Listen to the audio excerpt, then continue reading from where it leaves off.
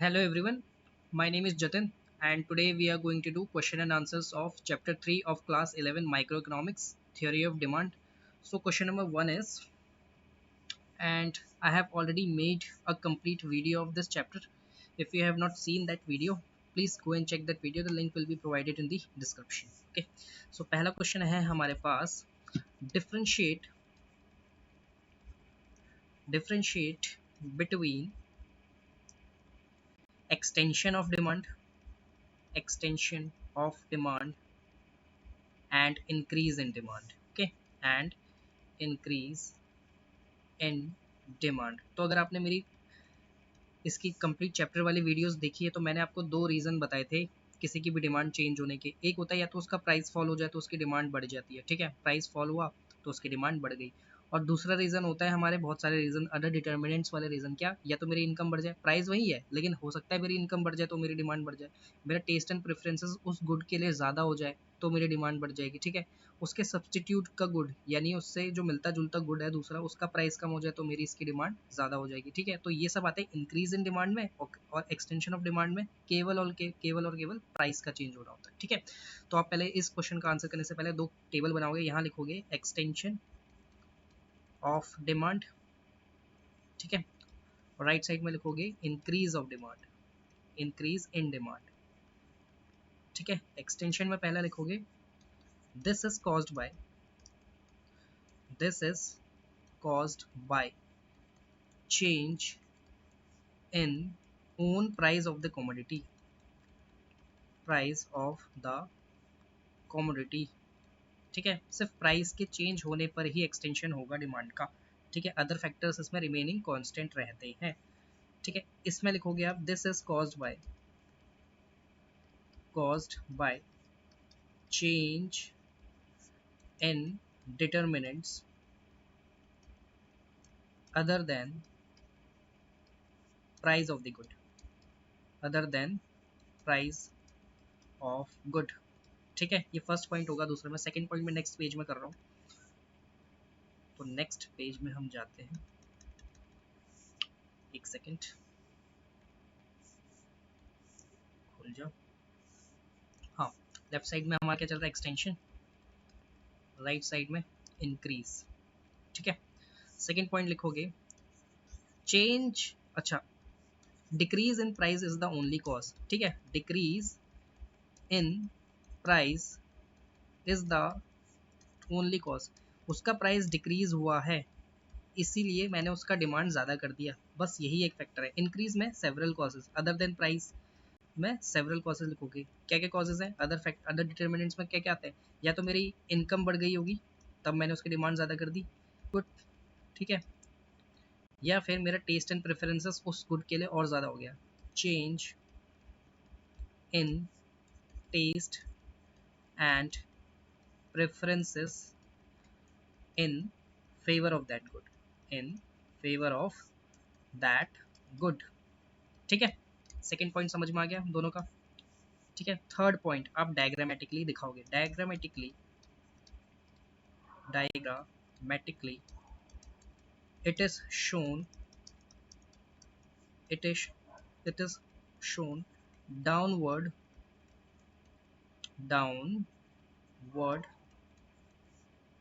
Movement of demand curve, अभी दिखाता हूँ मैं, movement of demand curve, and diagrammatically this is shown shift in, this is shown by rightward shift in demand curve, rightward shift in DD curve, ठीक है। देखो कैसे shift होता है, जैसे नेक्स्ट पेज में चलते हैं। जैसे एक्सटेंशन में क्या होता है, देखो ये डिमांड कर्व है, ठीक है, यहाँ प्राइस प्लॉट होता है, यहाँ क्वांटिटी डिमांडेड प्लॉट होती है, ठीक है, ये ओरिजिन होता है, ये ओरिजिनल DD कर्व है, ठीक है। अब मान लो गुड, इसका प्राइस ना कम हो गया है, इसका प्राइस पहले यहाँ था अब इसका प्राइस और कम हो गया है, तो आप इसको ऐसे दिखा दोगे, ठीक है। हो सकता है आपने डिमांड थोड़ी और ज़्यादा करने लग गए, ठीक है। तो ये शिफ्ट तो नहीं हुआ ना पूरी तरीके से, देखो यहाँ से यहाँ तक थोड़ा बस टिल्ट हुआ है, ठीक है, क्यों, क्योंकि उसका प्राइस कम हो गया तो उसकी डिमांड अब ज़्यादा नंबर ऑफ यूनिट्स बाय करने लग गए, ठीक है। इस प्राइस पे अब आप ये ले रहे हो। तो ये है एक्सटेंशन ऑफ डिमांड का डायग्राम, ठीक है। और इंक्रीज इन डिमांड का डायग्राम वही shift rightward, increase in demand, उसका डायग्राम ऐसा बनेगा। तो ये क्वांटिटी डिमांडेड, ये है आपका प्राइस, ठीक है। ये ओरिजिनल डीडी कर्व है। अब या तो आपकी इनकम बढ़ गई, या price of substitute goods increase हो गया है, या फिर और क्या क्या हो सकता है, fall in the complementary good मैंने लिखा, fall in the price of complementary good, क्योंकि पेट्रोल का प्राइस कम होगा तो कार की डिमांड बढ़ेगी ना, ठीक है। या तो fall in price of complementary good हो सकता है, या फिर आपका change in taste and preferences हो सकता है। तो इसमें राइट वर्ड मूवमेंट होता है, देखो यहाँ शिफ्ट हो गया डिमांड का। तो एक रीज़न और मैं शायद लिखा नहीं, fall in the price of, यहाँ पे लिखो fall in price of complementary good, मतलब पेट्रोल का प्राइस कम तो मेरा कार का यूज़ मैं ज़्यादा करूँगा, तो कॉम्प्लीमेंट्री गुड का प्राइस अगर कम हो जाएगा तो मेरी डिमांड ओरिजिनल गुड की बढ़ेगी नहीं बढ़ेगी, ठीक है। तो आई होप आपको समझ में आ गया है। तो ये 3 पॉइंट हो गए ना, 3 पॉइंट लिखे हमने, 3 मार्क का क्वेश्चन आएगा, ज़्यादा से ज़्यादा 4 मार्क का क्वेश्चन आएगा, ये 3 पॉइंट लिखोगे, चाहे जितने भी मार्क का क्वेश्चन हो पूरे मार्क्स मिलेंगे, ठीक है। Next question will be contraction of demand, difference between contraction of demand and decrease in demand, same reason होगा, बस थोड़े बहुत चेंजेस, वहाँ प्राइस कम हो रहा था यहाँ बढ़ा दोगे, कॉन्ट्रैक्शन में डिफरेंस है, ठीक है। क्वेश्चन आएगा डिफरेंशिएट, ओके।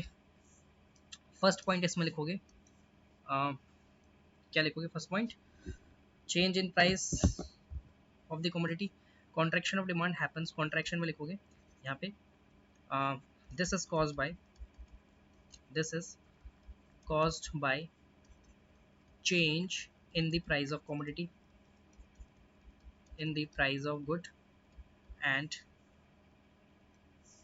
यहाँ लिखोगे this is caused by change in other determinants other than price, change in other determinants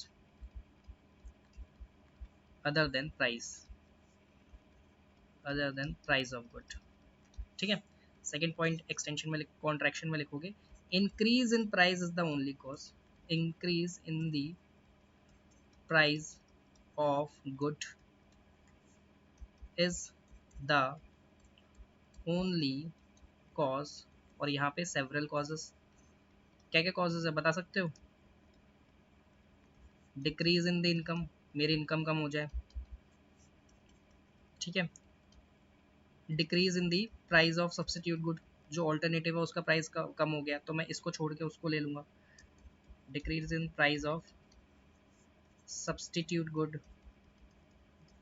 ठीक है। Increase in price of the complementary good, increase comma increase in price of complementary good, ठीक है। और last change in taste and preferences against that commodity, taste अब मुझे पसंद नहीं है वो कॉमोडिटी तो मैंने उसकी डिमांड कम कर दी, अगेंस्ट दैट कॉमोडिटी। होते हैं ना कुछ गुड्स ऐसे कि जिनको हम ज़्यादा यूज़ कर लेते हैं तो फिर उससे हमें मतलब उतना यूज़ नहीं करना फिर अगली बार, क्योंकि उसको हमें एक्सेस में ऑलरेडी यूज़ कर लिया है, अब आदत हो गई अब हम उसकी, ठीक है। तो अब नहीं चाहिए हमें वो good. Third, diagrammatically it is shown, diagrammatically it is shown, जैसे leftward movement of demand curve, movement बोला है मैंने, शिफ्ट नहीं बोला, मूवमेंट ऑफ डीडी कर्व, ठीक है। मान लो ये ओरिजिनल डीडी कर्व है और अब आपका प्राइस जो है वो बढ़ रहा है, तो हो सकता है आप डिमांड आप कम कर दो तो आपका डिमांड कर्व अब ये हो जाए, ठीक है, लेफ्टवर्ड शिफ्ट हो जाए, क्योंकि मान लो ये प्राइस था पहले, अब यहाँ हो गया प्राइस, तो आपने यहाँ छोड़ के यहाँ डिमांड करने लग गए आप, ठीक है। Price quantity demanded. नेक्स्ट है आपका diagrammatically it is shown in decrease में, diagrammatically it is shown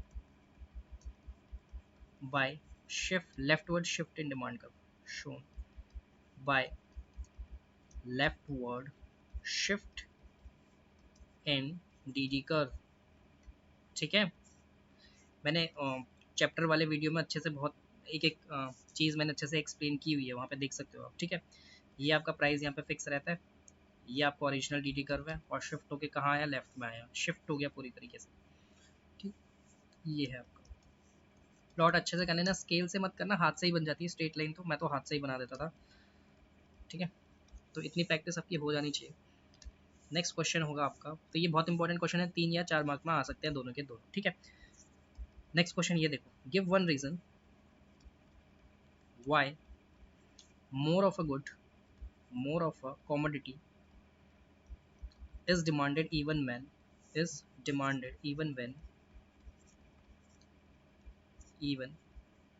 when its price is rising, its price is rising।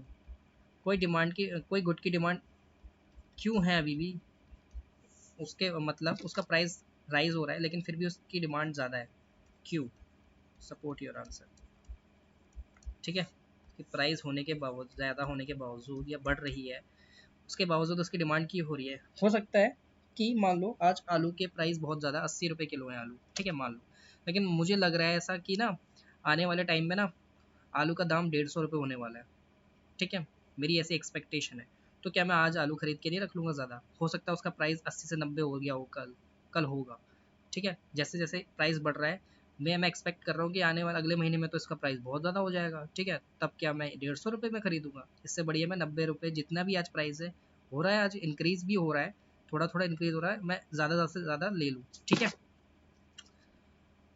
या फिर ये रीज़न भी हो सकता है आपका, एक सेकेंड रीज़न भी हो सकता है कि वो प्रोडक्ट फ्यूचर में अवेलेबल ही ना हो।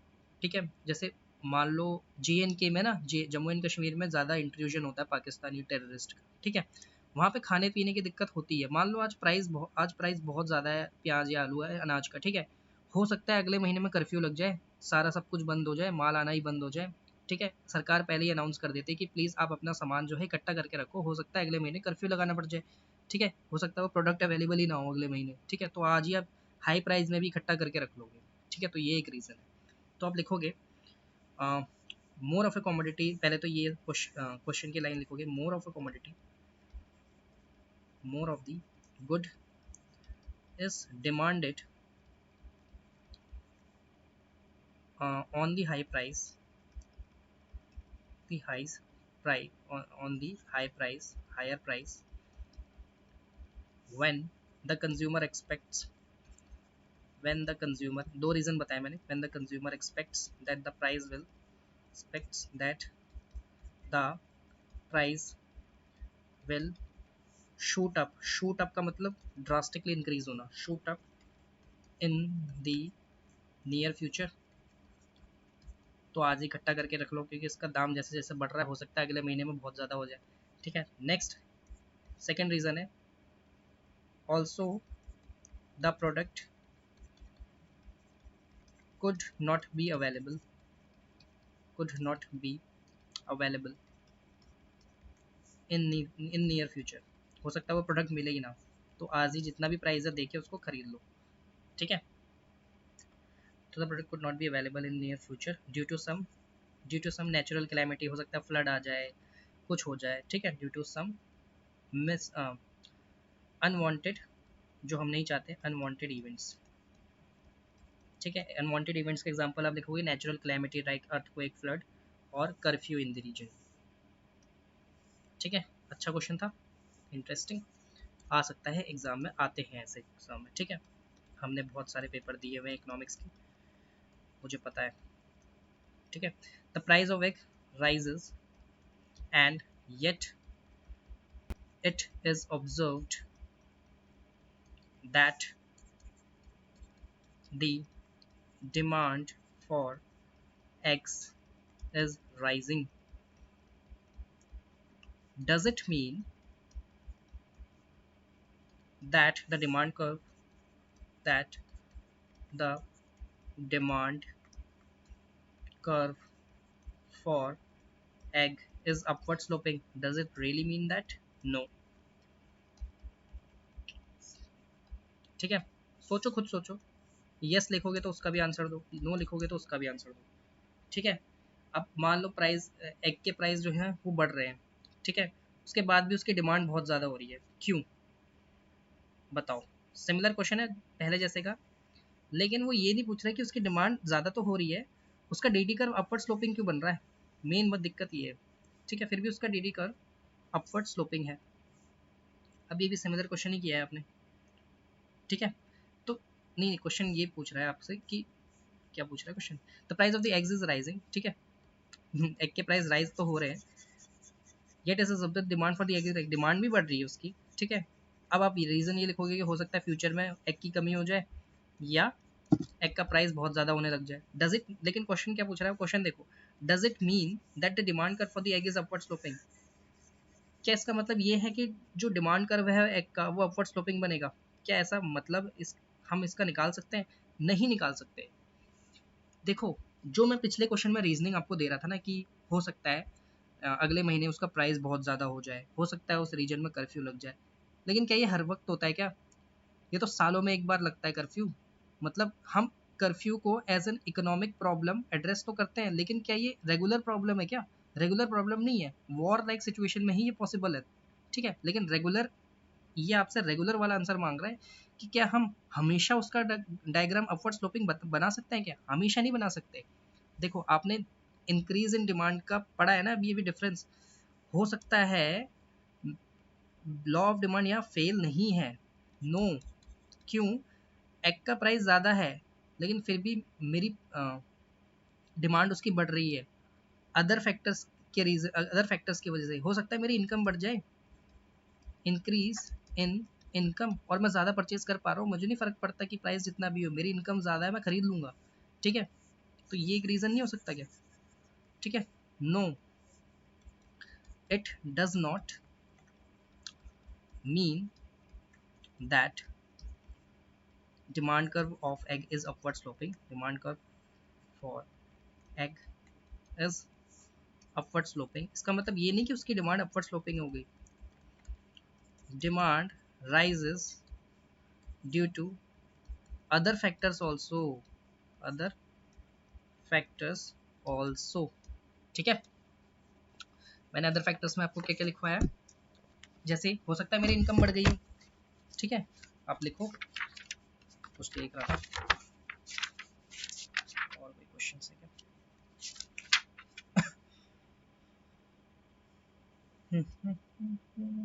Increase in income, if income of the consumer increases, income of the consumer increases, हो सकता है उसकी इनकम बढ़ गई हो, ठीक है, his demand will increase, his demand will increase,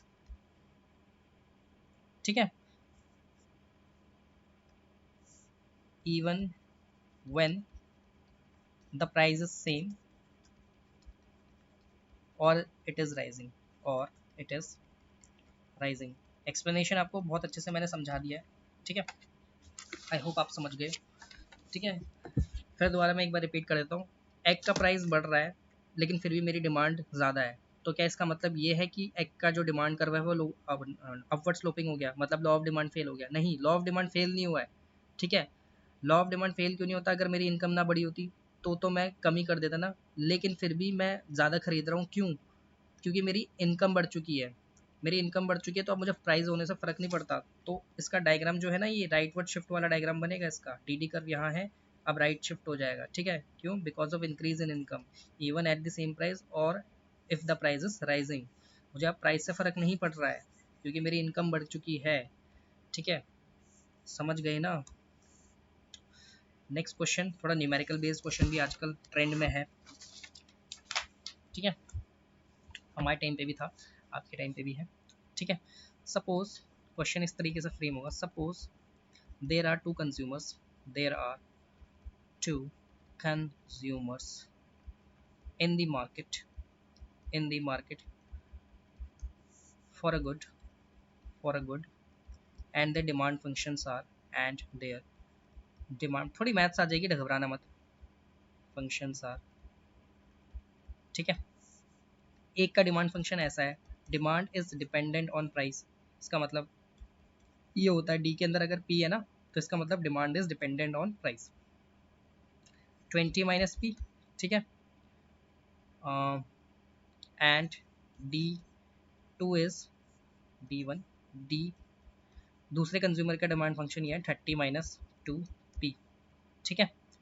find out the market demand function, the market demand function. अगर आपने मेरी पहले वाली वीडियो देख रखी है इस चैप्टर की, तो आपको इस क्वेश्चन का आंसर आ जाना चाहिए। मैंने क्या बताया था, मार्केट डिमांड शेड्यूल कैसे बनाते हैं, मैंने बताया था ना आपको, तो लिखोगे आप यहाँ भी answer, market demand function is the summation of all the individual demand function. याद आया, market demand function is the summation मतलब plus of individual demand functions, dd functions.